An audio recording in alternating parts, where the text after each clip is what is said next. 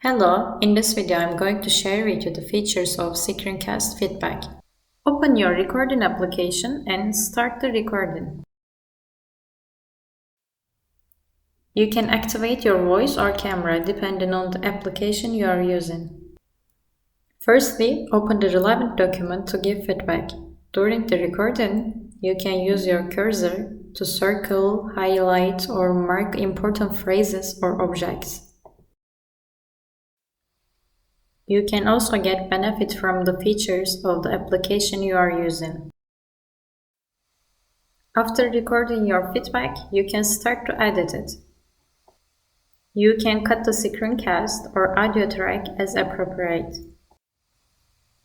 Additionally, if desired, add annotations, text boxes, or titles for enhanced visualization and structure.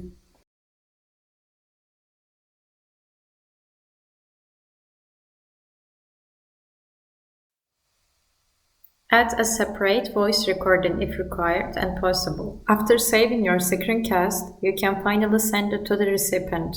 You can use different methods, such as uploading the video into a cloud and sharing the link via email.